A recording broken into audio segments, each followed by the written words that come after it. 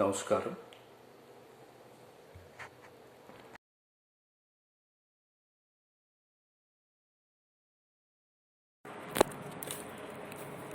ఆడవాళ్ళ ఆలోచనలని కనిపెట్టలేం.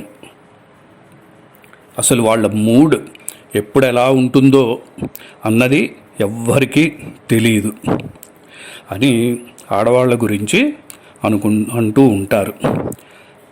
బయట వాళ్ళు మగవాళ్ళు అంటమే కాదండి, వాళ్ళు కూడా నీరసం వచ్చిన ఒక్కొక్కసారి ఎమోషన్స్ కంట్రోల్ చేసుకోలేక ఎదుటి వాళ్ళ మీద అరవటం అది చేసినా కూడా వాళ్ళే ఫీల్ అవుతుంటారు. అరే, ఎందుకు ఇట్లా చేశాను అనే సందేహం వాళ్ళకే వస్తుంది. అసలు వీటన్నిటికీ కారణం ఏంటి, ఎందుకు ఇలా జరుగుతుంది అన్నది అసలు ఆడైనా మగైనా ఎవరైనా కానీ అసలు ఎప్పుడైనా ఆలోచించారా అండి?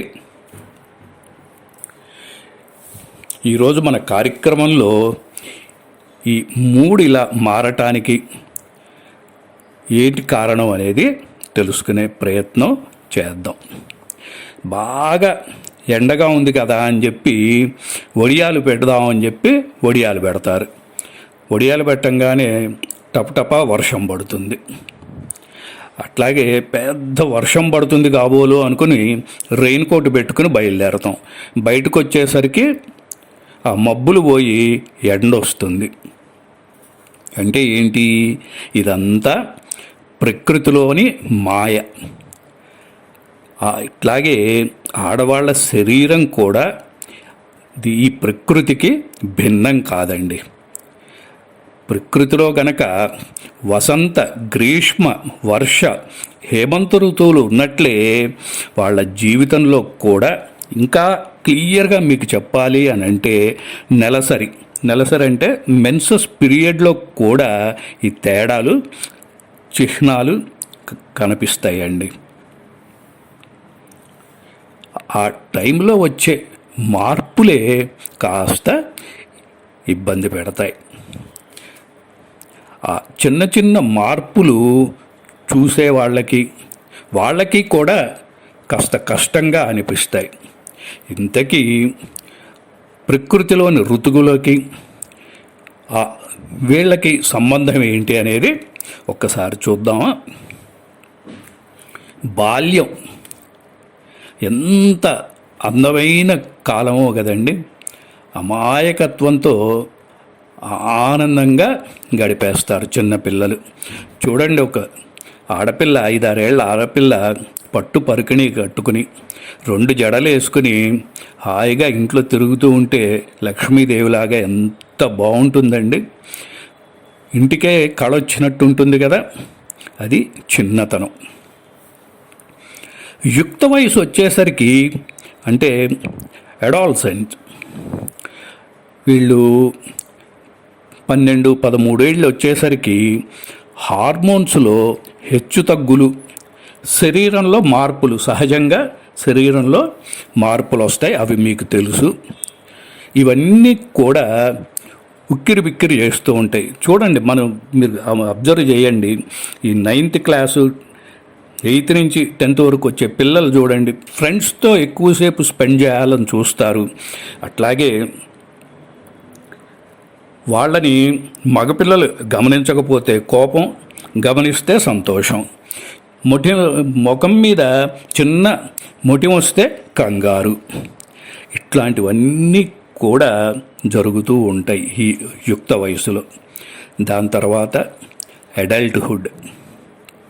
ఈ అడల్ట్హుడ్ 19 నుంచి 21 ఏళ్ళు, ఈ టైంలో వీళ్ళు పెద్దవాళ్ళు అవుతూ ఉంటారు. రీప్రొడక్టివ్ ఆర్గాన్స్ అన్నీ కూడా పరిపక్వం అయ్యి రీప్రొడక్షన్కి వీళ్ళు రెడీగా ఉండే సమయం అన్నమాట.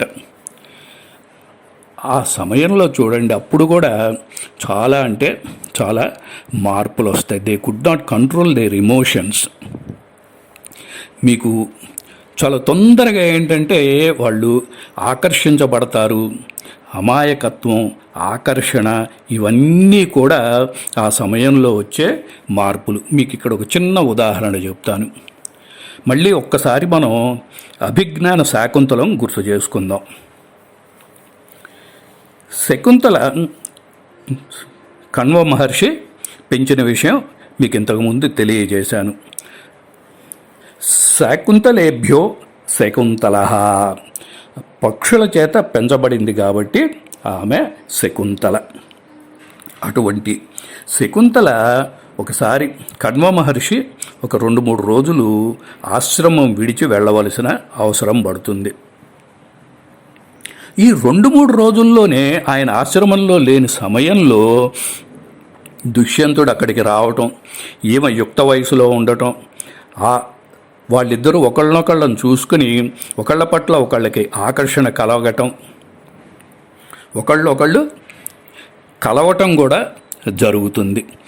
దాంతో ఆమె గర్భవతి అవుతుంది. ఆ తర్వాత దుష్యంతుడు వెళ్ళిపోతాడు. కణ్వ మహర్షి వచ్చేసరికి ఈ 2-3 రోజుల్లోనే ఈ 3 రాత్రులు గడిపేస్తుంది ఆమె. పెద్ద ఆయన బాధ్యుడు కాదు కదండి దానికి. ఎందుకు జరిగింది ఇది? ఆకర్షణ. సరే, అది కథ వేరేది. ఆ తర్వాత ఆమె దుష్యంతుడి దగ్గరికి వెళ్ళటం, దుష్యంతుడిని మెప్పు పొందటం, భరతుడిని సహనంతో ఆయన మనసు గెలవటం, ఆయన్ని ఒప్పించటం, భరతుడిని రాజుని చేయటం, అదంతా వేరే కథ. మనం మాట్లాడుకునేది ఇప్పుడు ఆ వయసు సంగతి. అట్లాగే కుంతి చూడండి, 13-14 ఏళ్ల పిల్ల దేవుడు కనపడితే, సూర్యుడి ప్రత్యక్షమైతే ఏం కోరుకోవాలండి? ఏవో నగలో ఆట వస్తువులో లాంటివి కోరుకోవాలి. అంతేగాని ఆ వయసులో పిల్ల కొడుకుని కోరుకోవటం ఏంటండి? అంటే ఏంటి అక్కడ? They could not control there emotions. ఏం అడగాలో ఏం అడగకూడదో కూడా తెలియని వయసు అన్నమాట అది. ఇవన్నీ ఈ అడల్ట్హుడ్లో ఈ టైంలో వచ్చే మార్పులు. దాని తర్వాత ప్రీ మెనోపాజ్, అంటే పెళ్ళవుతుంది, పిల్లలు పుడతారు, 50 ఏళ్ళు 55 ఏళ్ళు వచ్చేసరికి ప్రీ మెనోపాజ్ స్టేజ్ వస్తుంది. దాంతో శరీరంలో చాలా మార్పులు వచ్చేస్తాయి. సౌండ్ స్లీప్ ఉండదు, ఒళ్ళంతా వేడి ఆవిర్లు వస్తూ ఉంటాయి. మెన్సస్ పీరియడ్లో కూడా ఇబ్బందులు అవుతూ ఉంటాయి. ఎమోషన్స్ని కంట్రోల్ చేసుకోలేరు. ఇలాంటివన్నీ కూడా ఆ సమయంలో జరుగుతూ ఉంటాయి. ఒక మెడికల్ స్టడీ ప్రకారం ఈ బాడీలో వచ్చే ఓవర్ హీట్ అనేది ఉంది చూసారా అండి, వేడివేడి ఆవిర్లు, అది ఆల్మోస్ట్ 10 years వరకు కూడా ఉండే ఛాన్సెస్ ఉన్నాయి అన్నమాట. అంటే చూడండి, వాళ్ళు ఎంత లోపల ఎంత మదన పడుతూ ఉంటారు, ఎంత కష్టపడుతూ ఉంటారు, ఒక్కసారి ఆలోచించండి. దీని తర్వాత మెనోపాజ్ పీరియడ్. సో మెన్సెస్ పూర్తిగా ఆగిపోతాయి, కానీ శారీరకంగా ఇబ్బందులు పెరుగుతాయి. బట్ శారీరకంగా ఇబ్బందులు పెరగటువంటి ఏజ్తో పాటు వచ్చేవన్నమాట అవి, ఏజ్ రిలేటెడ్. ఆ సమయంలో సృజనాత్మకత పెరుగుతుంది. ఇవన్నీ కూడా మన ప్రకృతిలోని ఋతురాగాలైతే ఎలా ఉన్నాయో అలాగే ఇవన్నీ కూడా ఆడవాళ్ళల్లో వచ్చే మార్పులండి. మీకు ఇంకొంచెం ఎక్స్ప్లెయిన్ చేస్తాను.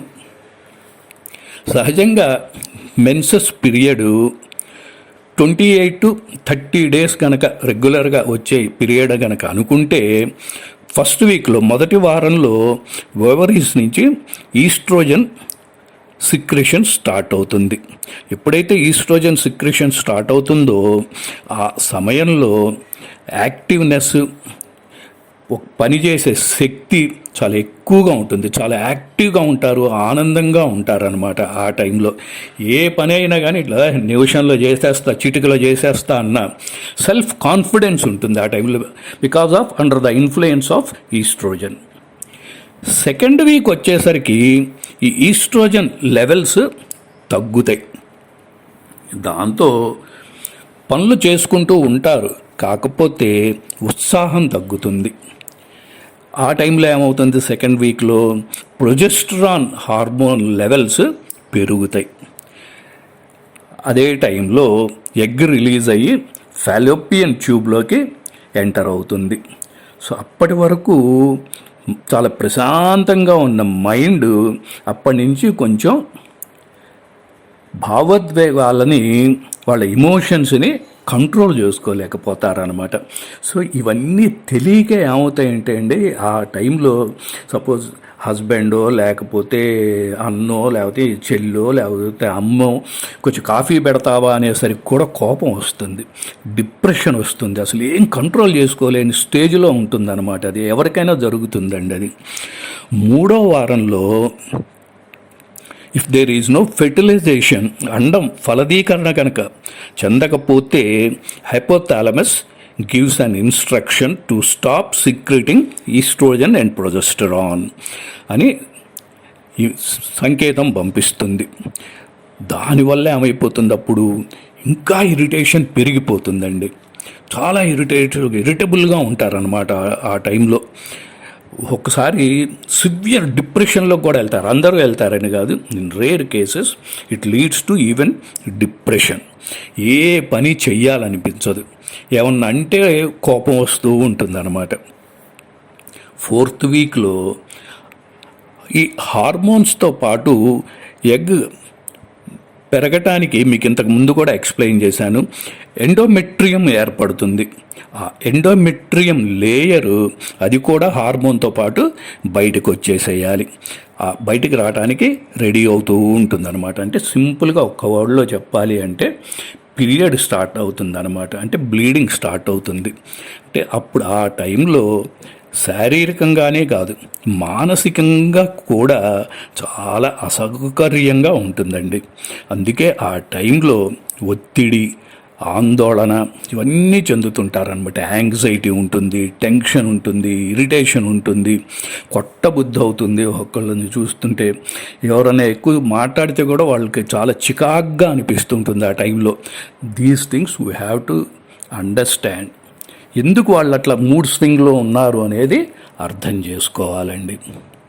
కాబట్టి ఆ టైంలో ఏంటంటే అందుకే 3 రోజులు రెస్ట్ తీసుకోవాలనే వాళ్ళని పక్కన కూర్చోండి అంటారు. సో కంప్లీట్ బాడీకి రెస్ట్ అవసరం అన్నమాట. అప్పుడు ఏంటంటే ఏదో సినిమా చూడటము లేకపోతే మంచి నిద్ర, సౌండ్ స్లీప్ ఈజ్ చాలా చాలా అవసరం అండి ఆ టైంలో. అండ్ లూక్ వామ్ వాటర్తో స్నానం చేయటం ఇవన్నీ కూడా టు సమ్ ఎక్స్టెంట్ వాళ్ళకి ఆ ఇరిటేషన్ని దాన్ని తగ్గిస్తాయి అన్నమాట. చూసారా అండి, వాళ్ళ బాడీని లోపల ఎంత కష్టపడుతుందో. ఇది తెలియక, అవగాహన లేక ఊరికే ఒకళ్ళ మీద ఒకళ్ళు అరుచుకుంటూ ఉంటారండి. సో ఈ పిల్లలకి, ఇప్పటి తరం పిల్లలకి కానీ, ఆడవాళ్ళు కానివ్వండి, మగవాళ్ళు కానివ్వండి, ఈ ఇన్ఫర్మేషను కొంతైనా వాళ్ళకు ఉపయోగపడుతుంది అని ఆశిస్తూ అది వాళ్ళని అర్థం చేసుకుంటారు, వాళ్ళ ఇమోషన్స్ని, వాళ్ళ ఫీలింగ్స్ని అర్థం చేసుకుంటారు అని ఆశిస్తూ మరొక కొత్త అంశంతో నెక్స్ట్ వీడియోలో మళ్ళీ మనం కలుసుకుందాం. Thank you.